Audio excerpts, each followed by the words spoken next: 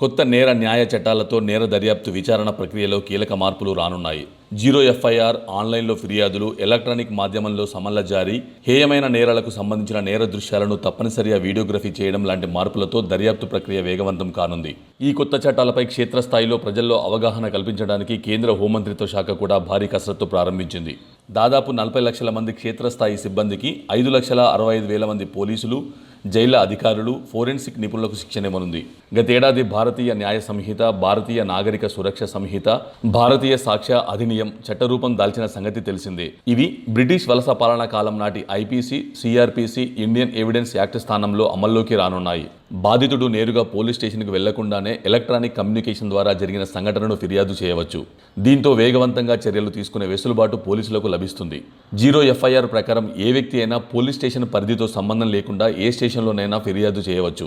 Arrest సందర్భాల్లో బాధితుడు సన్నిహితులు, బంధువులకు తన పరిస్థితిని తెలియజేసే హక్కు ఉంటుంది. తద్వారా బాధితుడు తక్షణ సహాయం పొందే అవకాశం ఉంటుంది. అరెస్టుల వివరాలను స్థానిక పోలీస్ స్టేషన్తో పాటు జిల్లా ప్రధాన కేంద్రాల్లోనూ బహిరంగంగా ప్రదర్శిస్తారు. తద్వారా అరెస్టు సంబంధించిన ముఖ్యమైన సమాచారాన్ని బాధితుల కుటుంబీకులు, స్నేహితులు తేలికగా తెలుసుకునే వీలుంటుంది. హేయమైన నేరాల్లో ఇక నుంచి ఫోరెన్సిక్ నిపుణులు తప్పనిసరి. వారు సంఘటన స్థలానికి వెళ్లి ఆధారాలు సేకరిస్తారు. ఆ సమయంలో వీడియోగ్రఫీ తప్పనిసరి. దీనివల్ల దర్యాప్తులో నాణ్యత, విశ్వసనీయత పెరుగుతుందని విశ్లేషకులు చెబుతున్నారు. మహిళలు, చిన్నారులపై జరిగే నేరాల పరిష్కారానికి కొత్త చట్టాల్లో అధిక ప్రాధాన్యం ఇచ్చారు. ఈ నేరాల్లో దర్యాప్తు 2 నెలల్లో పూర్తి కావాలి. అంతేకాదు, బాధిత మహిళలు, చిన్నారులకు ఉచిత ప్రాథమిక చికిత్స, వైద్య చికిత్సకు కొత్త చట్టాలు హామీ ఇస్తున్నాయి. ఇక సమన్లు ఎలక్ట్రానిక్ విధానం ద్వారా పంపించవచ్చు. మహిళలపై కొన్ని నేరాలకు సంబంధించి బాధితురాలి వాంగ్మూలాన్ని మహిళా మెజిస్ట్రేట్ ముందు నమోదు చేయాల్సి ఉంటుంది. వారు లేని పక్షంలో మహిళా సిబ్బంది సమక్షంలో పురుష మెజిస్ట్రేట్ ఎదుట హాజరుపరచాలి. బాధితులతో పాటు నిందితులు కూడా ఎఫ్ఐఆర్ నకళ్లను ఉచితంగా పొందే వీలుంది.